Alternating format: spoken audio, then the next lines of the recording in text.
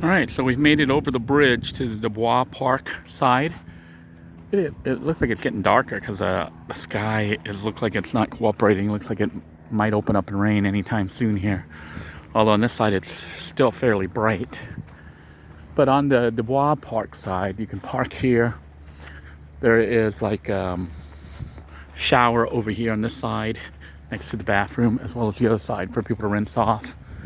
There's also like a little water faucet there by the shower, so you can fill up jugs of water if you need to.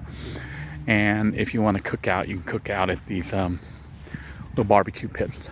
Just make sure if you do so, you bring stuff that you can clean up afterwards, so you don't leave a messy. You know, you're supposed to clean up when you finish. You don't leave your charcoal and all that other stuff. So clean up after yourself if you come by here. Fantastic place to visit. You could spend probably a half day to one full day in this area. And you know, if you're here when they're open, the DuBois Pioneer Home is here, and you can go on tour of it. That pavilion over there is where I used to hook up my rice cooker when I wanted to just use electricity off the power, grid power, or my computer. And I don't know if they still have it turned on, but it used to be on. And there was also water there, so you could do dishes and stuff like that. The park is generally friendly. Even the police and the park rangers and stuff are friendly to people traveling through and using the facilities. What they won't let you do is stay overnight. So don't plan on staying overnight in this area, but if you happen to be passing through and you can camp at like maybe a 24-hour fitness facility, or you know, shopping plaza, and kind of blend in with the workers, the overnight workers, you know, park where they are, you might be able to stay without too much hassle. That's what I kind of ended up doing sometimes.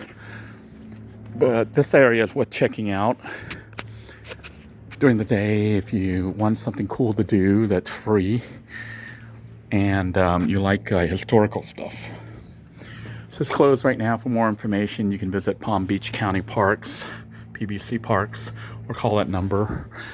I don't know if it's closed just for the season or what's going on, but it looks like this area is kind of empty, maybe because it's winter and kind of cold. So, historical. And a beautiful, beautiful view. I don't know if the house was originally here. I think it was. I don't know if they moved it here. But I think it was originally built here, and it's such a beautiful site.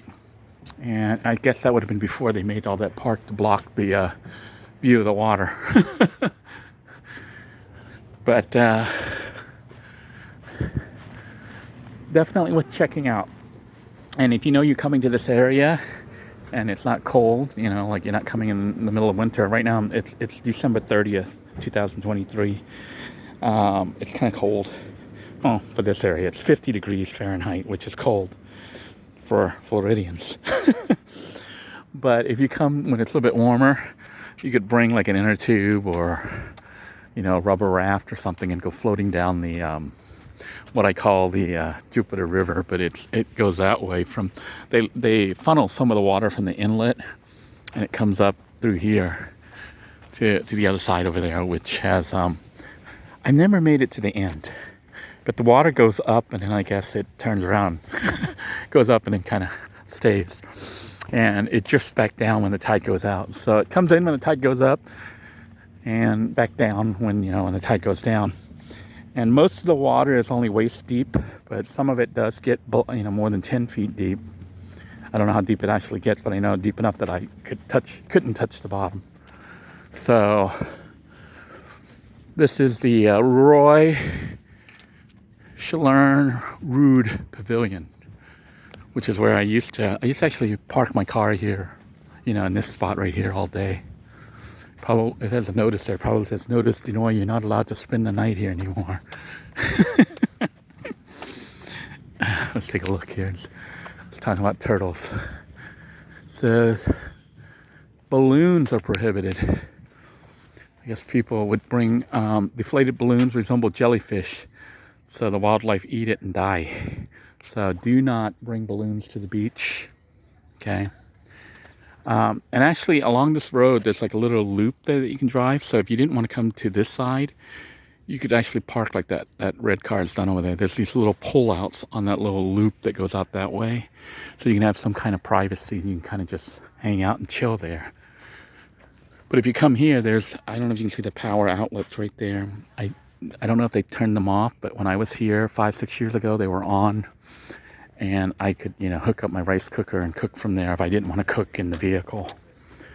And that's what I often did. Like in the morning, I would cook rice here and breakfast and then eat and then go to work. And there's also like water fountain, water faucets, I think, along the corners there where you can rinse off. And over here, there's a shower and also water if you need it, in a faucet.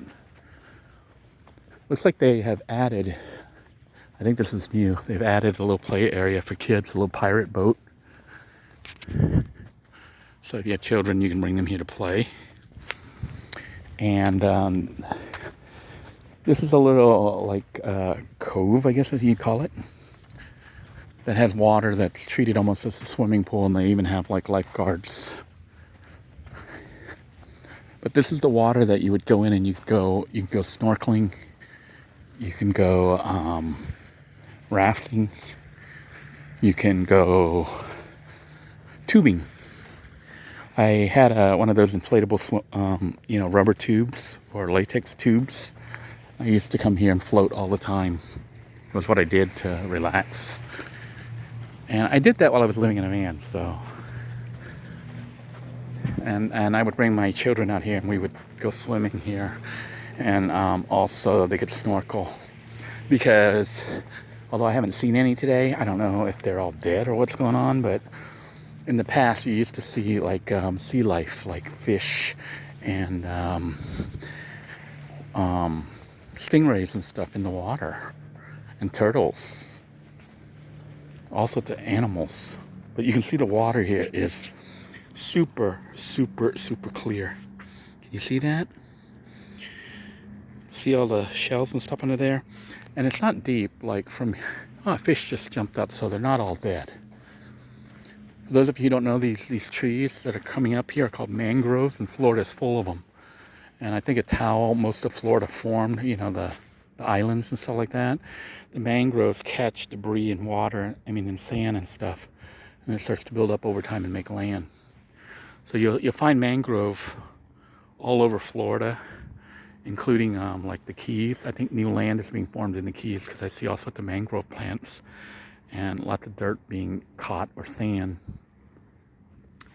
And that about wraps it up for our visit to Jupiter Inlet. I hope you guys enjoyed this video, and like I said, if you happen to be passing through, you'll definitely want to stop by Jupiter Inlet. It is, on the east coast of South Central Florida. Not fully South Florida, almost at the edge of South Florida.